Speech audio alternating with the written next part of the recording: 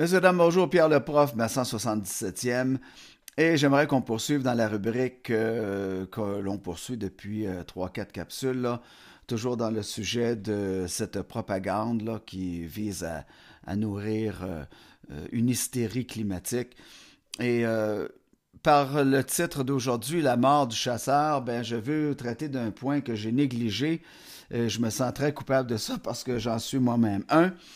Les chasseurs sont menacés présentement, mais récapitulons les points qu'on avait dit jusqu'à maintenant. Le feu, comme principal protagoniste de cette propagande, réussit à faire les choses suivantes. Premièrement, le feu n'est pas désavantageux pour le gouvernement, comme on le disait, parce que c'est un phénomène naturel qui régénère les forêts du Québec.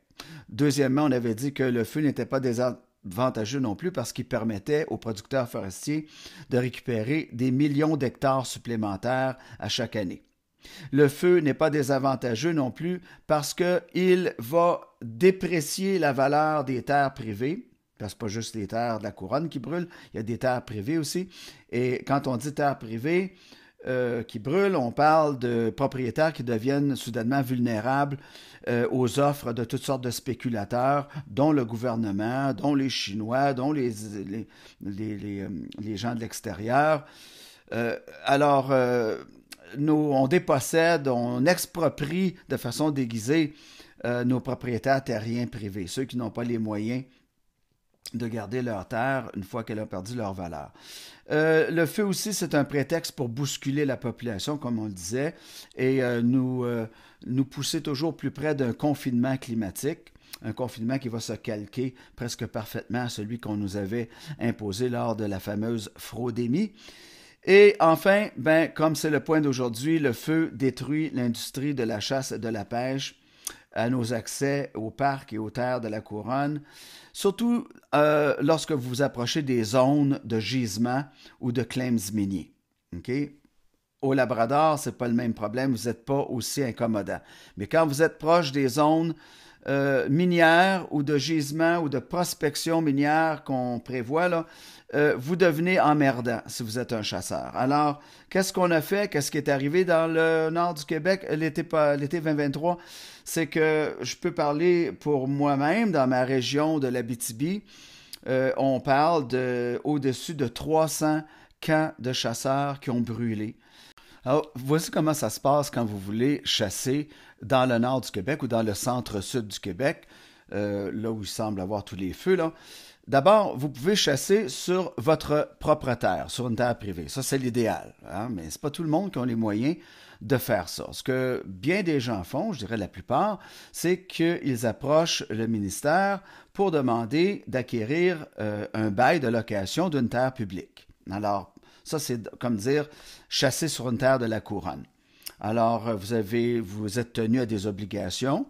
Vous avez des devoirs envers l'État, c'est-à-dire que vous vous êtes autorisé à construire un abri sommaire, un 12 par 16 habituellement.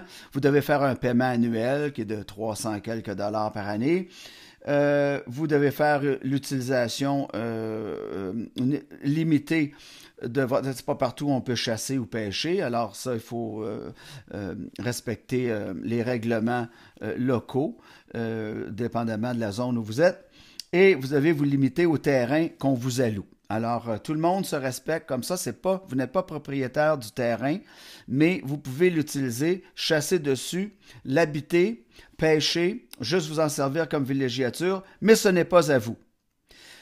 On me dit que dans les secteurs présentement, mais ça reste à vérifier, mais je suis pas mal sûr que c'est vrai, dans les secteurs du centre-sud où ça a brûlé l'été passé, on ne donne plus de bail comme ça. On n'en donne plus.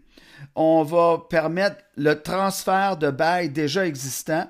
Et encore là, il va falloir se mettre dans un tirage au sort. C'est pas tout le monde qui va pouvoir y aller, là. Fait que vous voyez comment c'est une industrie, ça, la chasse, on peut l'appeler comme ça, là, une activité qui est de plus en plus difficile à faire. Et c'est pas les seules complications qu'il y a. Il y en a bien d'autres, là. Le prix des permis monte toujours. Les règlements, veut dire, se multiplient décennie après décennie. Il faut passer des examens, il faut serrer ses armes d'une telle façon, ses munitions d'une telle autre façon. On n'a pas le droit de voyager ou se déplacer n'importe comment. C'est rendu tellement complexe. Et là, Mme Guilbeault est arrivée en 2019 avec son fameux projet des registres des armes à feu. Vous savez que 80%, je pensais que c'était 75%, mais 80% des chasseurs l'ont envoyé promener. Alors, ce registre-là venait juste gêner des propriétaires d'armes à feu en bonne et due forme, qui respectent les lois, les règlements, qui ont des permis, quand le problème des armes à feu, on le sait, nous provient des gens du milieu criminel, avec des armes acquises illégalement, de gens qui n'ont pas de permis, et c'est toujours sur le chasseur et le possesseur d'armes à feu légales qu'on se rabat. Alors, il y a toute une condition, tout un régime là, pour décourager les chasseurs du Québec. Mais quand je vous dis qu'en Abitibi-Témiscamingue, il y a 300 quelques et plus camps de chasse qui ont brûlé à l'été 2023, ben c'est pas cute, là. C'est pas drôle du tout, là. Des gens dont la passion est la chasse, font ça selon les règles de l'art, mettre des économies de côté pour se construire des petits abris sommaires, aller en nature et faire quelque chose que les hommes font depuis la nuit des temps. Je continue dans les détails des camps de chasse, là. Vous savez qu'il y a 2825 occupations illicites des forêts du Québec, c'est-à-dire des gens qui ne vont pas chercher le permis, dont 500 qui sont totalement illégales. OK? C'est pas eux qui sont punis, là. C'est pas les criminels qui possèdent des armes à feu illégalement non plus qui sont pénalisés. Ce sont les gens qui respectent les règles, qui obéissent à tous les lois et les règlements, qu'on dépossède, à qui on complique l'existence. Et vous savez aussi que quand on parle de la mise en scène, je vous en parlais dans l'autre capsule, en octobre 2022, le ministère des Forêts, de la Faune et des Parcs du Québec a changé de nom. Je vous en parlais, mais je veux revenir sur ce point-là. Ministère des Forêts, de la Faune et des Parcs du Québec, qui chapeaute tout ce dont on parle aujourd'hui, n'existe plus depuis octobre 2022. Ça s'est scindé en deux morceaux. D'une part, maintenant, on a le ministère des Ressources naturelles et des Forêts. C'est compliqué, là, c'est des grands titres, là, mais essayez de comprendre l'idée générale. Le ministère des Forêts, de la Faune et des Parcs du Québec est devenu, d'une part, le ministère des Ressources naturelles et des Forêts, et d'autre part, est devenu...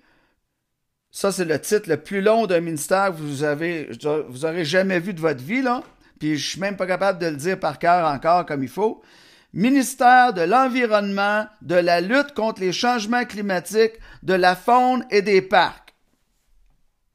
Je répète, là, c'est important qu'on comprenne, là, comment cette mise en scène-là est prévisible, là.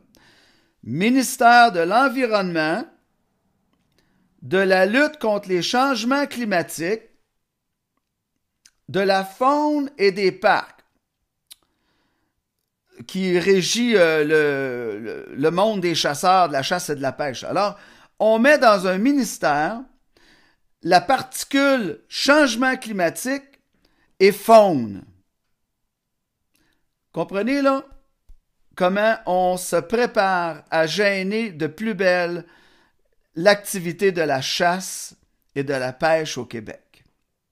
Évidemment aussi, vous savez que la chasse n'est plus une activité qui est aussi populaire qu'avant parce que le chasseur moyen, l'âge moyen des chasseurs, c'est une population vieillissante, là. Il y en a de moins en moins et la relève n'est plus là. Et je veux ajouter ce dernier point à la capsule d'aujourd'hui qui est tout aussi important, c'est de regarder le phénomène de la disparition de la chasse chez les hommes comme une tragédie, comme la fin d'une époque où l'homme avait la capacité de transmettre à son fils l'art de la chasse. Et puis là, la chasse, ici, ça ne veut pas juste dire se mettre en prédation pour aller tuer des animaux, mais fait partie d'un rite initiatique qui n'existe plus chez les garçons. Un rite de passage qui existe encore chez les fillettes. La fillette, quand elle devient menstruée, sa vie change. Quand ses seins poussent puis ses hanches élargissent, il est là le rite de passage. Puis les mères sont très habiles, la plupart, là, dans l'art de favoriser ce passage-là chez leurs filles. Mais chez les hommes, il n'y a plus de tels rites de passage, OK, qui ont été présents pendant des millions d'années, OK, et qui n'existent plus depuis 75-80 ans au Québec. C'est tragique. C'est tragique, et puis je vais terminer la capsule avec ça parce que c'est important. Devenus chasseurs par nécessité, nous le sommes restés par passion. Alors, vu sous un angle psychosociologique, on comprend que la chasse fait partie de ce rite dont on parlait, rite de passage dont le père a la responsabilité envers son fils. Évidemment, on ne parle pas juste de prédation ici, mais par analogie à la chasse, on parle aussi à un père de montrer à son fils comment aller vers des objectifs, accomplir, finir le travail commencé. Tu sais, la chasse prend toutes sortes de nouvelles formes plus sublimées, mais qui restent quand même l'instinct du chasseur. Et là, je vais vous introduire au sorcier de la grotte des Trois Frères, qui est la plus vieille représentation dessinée dans une grotte de l'ère préhistorique. On remonte de 15 à 20 000 ans avant notre ère. Et cette représentation du sorcier des Trois Frères, plus vieille représentation de ce que c'était. On l'appelle le sorcier parce qu'il a tous les attributs, toutes les qualités que l'homme devait avoir à cette époque-là. On parle des yeux de hibou, la barbe du sage, on parle de panache du cerf qui se régénère à chaque année, qui passe des mutations, là. On parle de la queue de renard qui est en érection, des testicules et du pénis, qui, soit dit en passant, est l'organe le plus long et le plus gros chez les mammifères simiesques. C'est celui de l'homme. Et évidemment, les pattes de l'ours qui ça donne à la danse de la chasse. Là. Alors, c'est très, très ancien ce rite-là. Et on en a toujours les archaïsmes en nous, mais depuis 75 ans, comme je le disais, c'est anéanti, c'est réduit au minimum, c'est même un sujet de honte. Ça fait partie de cette masculinité toxique que les folles hystériques essayent de propager dans les écoles du Québec présentement, le système d'école publique surtout.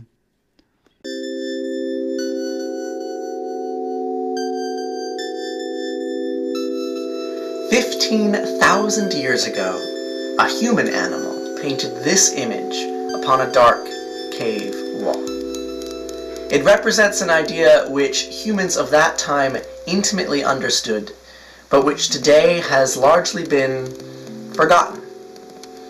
Alors, cette peinture, une des plus anciennes que l'on a, je pense que c'est la plus ancienne aussi, du chasseur, est dans le sud de la France, là, au pied des Pyrénées. Et on l'appelle le chaman des Trois Frères, le sorcier des Trois Frères. Il y en a qui disent le dieu chasseur, le dieu cerf. Bon, mais on parle toujours de la même chose ici. Et là, la chasse, il faut savoir qu'au sens freudien, dont j'aime souvent faire référence, est une manifestation de ce que Freud appelait l'animus. L'animus, c'est le côté masculin de l'être humain comme l'anima et le côté féminin. Alors apparemment que Freud disait que tous les gens ont un côté animus anima, tous les hommes ont un côté animus anima, toutes les femmes aussi. C'est le yin et le yang, si vous voulez, des Asiatiques, là. Mais revenons dans le contexte de la chasse. Quand on parle de rite de passage, on réfère à des archétypes. Et là, on fait entrer en scène Carl Jung, qui est un autre freudien. Et parmi les archétypes les plus forts et les plus tenaces, je vous en nomme quelques-uns, et pas mal dans l'ordre où ils se manifestent. D'abord, le plus ancien archétype, c'est celui du chasseur. Okay? Ça, c'est un archétype, c'est quelque chose avec lequel on est et qu'on partage avec tous nos semblables. Et puis, Jung disait que ça allait jusque dans l'ADN, là. Alors, des archétypes mentaux. Le guerrier, le chasseur étant le plus ancien. Après ça, il y a l'archétype du guerrier qu'on attribue aux hommes. Parmi d'autres archétypes masculins, on parle du chef cuisinier. Oui, il y a une raison pourquoi les hommes sont les meilleurs chefs cuisiniers. Parce que ce sont eux qui préparent ce que leur femelle leur rapportait, leur procurait après une période de cueillette.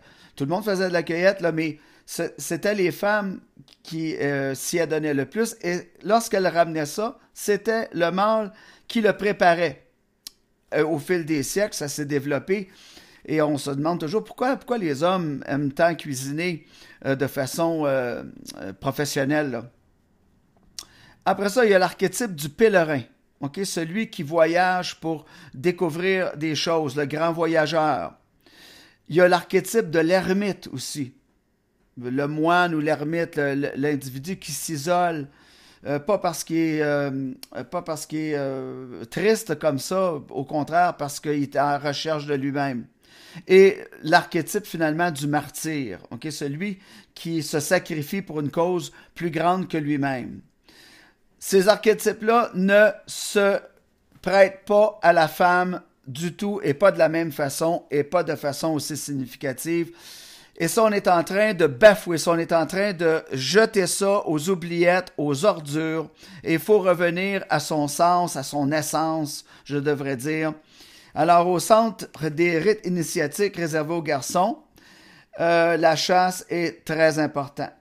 Dans toutes les cultures du monde depuis la nuit des temps, on assiste présentement à un sabotage en règle depuis 75 ans de cette quête spirituelle, parce que la chasse, c'est une quête spirituelle qui s'accompagne lui aussi d'un rite qui comprend un remerciement vers l'animal, un remerciement vers l'univers. C'est un processus spirituel très masculin. All hands, hoist the colors high. Heave ho, thieves and beggars, never shall we die.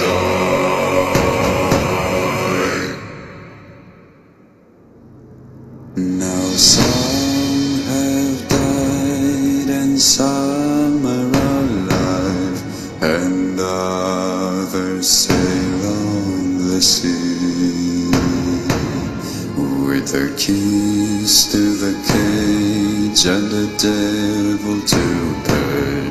We lay to fiddler's grave. Alors, vous pensez que ça ne fait pas leur affaire de voir les camps de chasse brûlés comme ça par centaines? Et pensez qu'il n'y en aura pas d'autres en l'été 2024? Ben, ça reste à voir. Moi, je peux vous avouer que je suis assis sur le bout de ma chaise en ce moment. Mais rétablissons certains faits par rapport au réchauffement climatique qu'on semble oublier et dont le gouvernement et les médias ne vous parleront jamais, là. On sait tous que la Terre tourne autour du Soleil. Ça, ce n'est pas une nouveauté. Mais ce que l'on sait moins, c'est que l'axe de notre planète change parfois, en seulement quelques siècles. Cette nouvelle inclinaison a des conséquences très fortes sur le climat. Eh bien, c'est exactement ce qui s'est produit il y a 12 000 ans. La Terre a connu un réchauffement brutal du climat. Résultat, Les gros animaux comme le rhinocéros laineux et surtout le mammouth ne vont pas résister à cette hausse de température.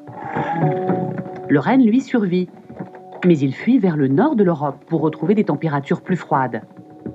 Les hommes du Mésolithique sont donc confrontés à un nouveau gibier plus accessible, plus petit et moins dangereux, comme le cerf, le sanglier et le chevreuil.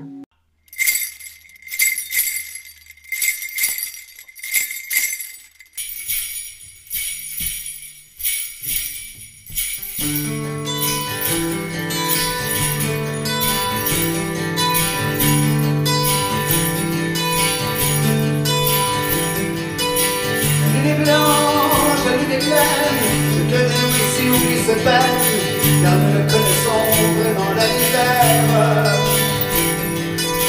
4480 heures dans cette lueur pour développer mais sans fin à espérer les grands rayons vermeils.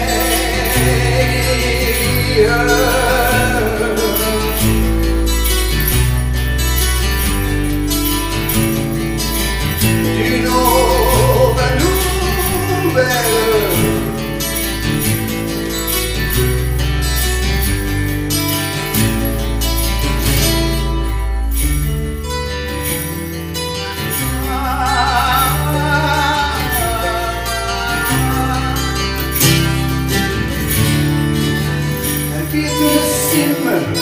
Un glacier que chacun peut monter plutôt que rester à chasser des fantômes à la croisée.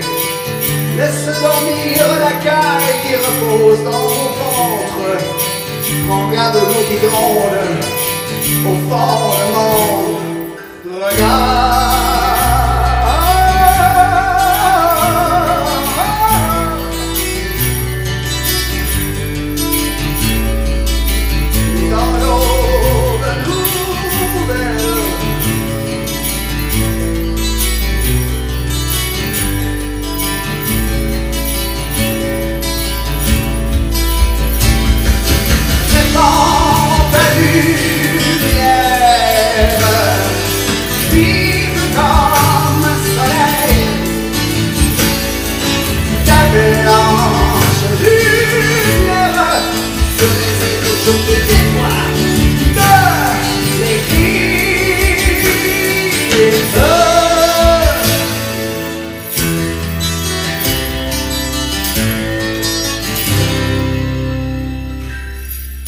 Ne cherche pas la mer déchaînée, toi qui cours seul sur les plages gelées du mont Héritier, car un blizzard réussirait à t'emporter.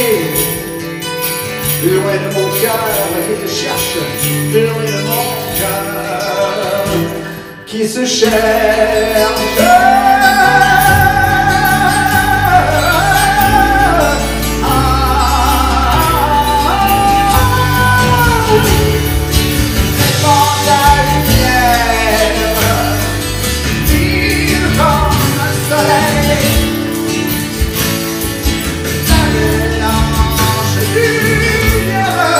Sur les énormes d'étoiles de l'église.